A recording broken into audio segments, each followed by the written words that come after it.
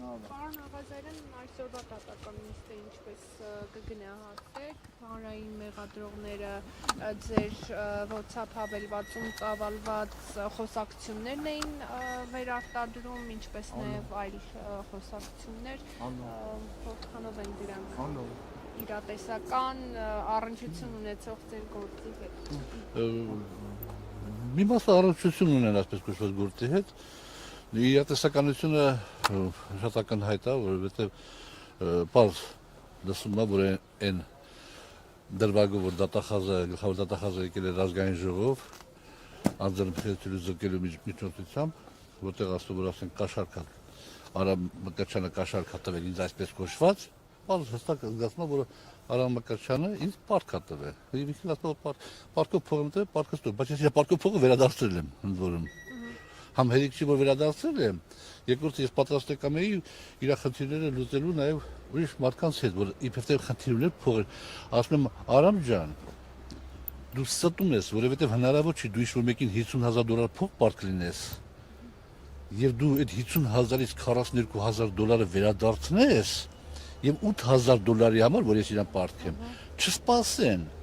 Որ նաև մեր կողմ քասր խոսք եմ ասում, հիմա դե չասեցին այդ քասր խոսքերը, ասում եմ գամ, ես այդ տղաներին խնդրեմ, ասում թող սպասեն, ո՞ւս կարող պատե չսպասեն, էլի, ասում հիմա ինչ պատճառով ես վերցրել, ծառայություններ ես մատուցելու եղել, ինչ ես արի, ինչ կապ չունի, 50,000 վերցրել ես, 42,000 վերադարձրել ես, 8,000 համար չեն սպասում, ստում է դե ինքը որ բաներ անում, այդ որ ինքը խոսում է վերջի զոհից ինքը 23 թվականի դեկտեմբերին է փող վերցրել $50,000 վերջի զոհից եւ 24 թվականի փետրվարին լքել է Հայաստանի Հանրապետությունը։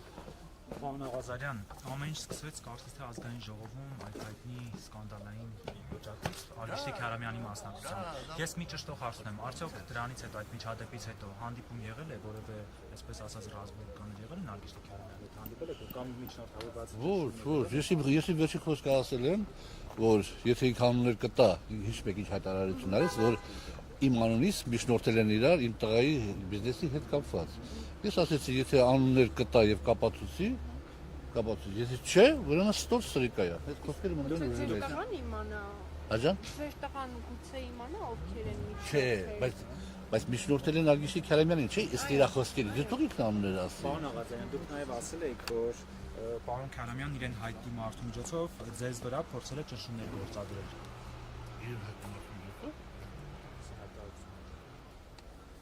Երևի ԱԱԾ-ի պետին եմ նկատի ունեցել։ Եթե այդպեսի բան եմ ասել, ուրեմն նկատի ունեցել ԱԱԾ-ի պետին, Աբազյանին։ Կան արդյոք այդ ճնշումները շարունակվում են։ Հիմա? Չէ, շուտ չկա այդպեսի բաներ։ Այն ժամանակ էր, որ հայտնի SMS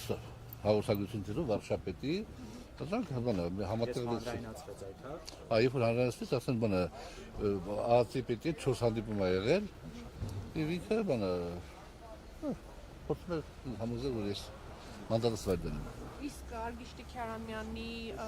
եթե իհարկե նշանակեն պաշտոնի, քանի որ խոսվում է, հա, դրա մասին, ներքին գործերի նախարար, դատախազ գլխավոր կամ ԱԱԾ-տնօրեն ինչպես եք նայում սրան, այս ամեն ինչից հետո։ Էսի մեր հայրենիքն է, էսի մեր պետությունն է,